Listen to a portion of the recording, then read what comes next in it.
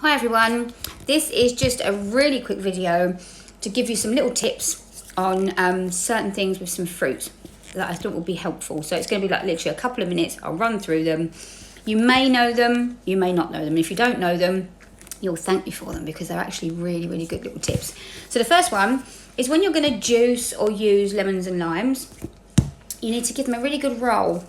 Like really put some weight behind it and give them a roll on your worktop or wherever, just to soften them up. Sometimes they can be really hard, and that actually really preps and helps to get them ready for juicing, or like when you're making a hot water with lemon and lime. These now, it softens the outside and you can really get a lot of juice out of them. And it's the same when you're juicing, because when you put these through your juicer, especially if you've got a centrifugal juicer, which is the fast juicers, the ones that have the spinning action really fast.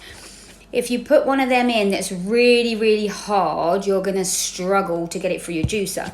The cold press masticating ones are a bit better, but again, you want to soften it. So you give it a really good roll, and then they're ready to go.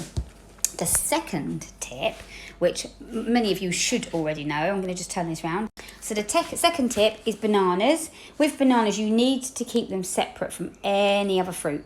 You cannot have these like in the fruit bowl in here. I mean, even this is quite close, to be honest.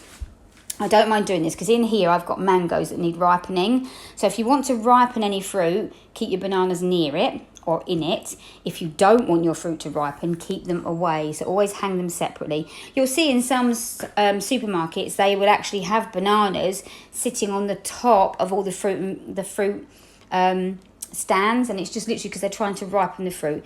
But if you don't want to ripen fruit, keep them separate. If you're trying to ripen something like your mangoes, then you can always pop one in near the mangoes and it will help to ripen them. Right, hang on. The third tip.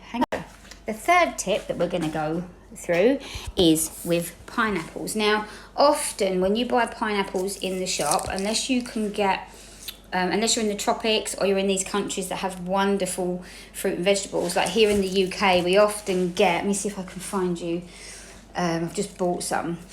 You'll get your pineapples and they're like this, they're really green and they're hard, and then when you cut them open, they're not golden, they're quite white inside and there isn't much juice and they're not very nice to eat, and they can cause tingling on the lips and the tongue because they're not ripened.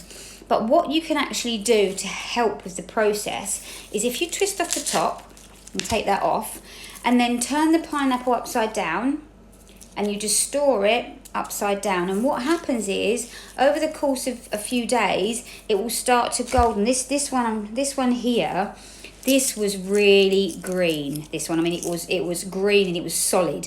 But after a few days, it's now soft and it's golden the whole way through. And when I cut this open, it'll be full of juice and it'll be a lot more ripe than it was when I bought it. So that's a really good tip, because I hate unripe pineapple and I love my pineapples, as you can see.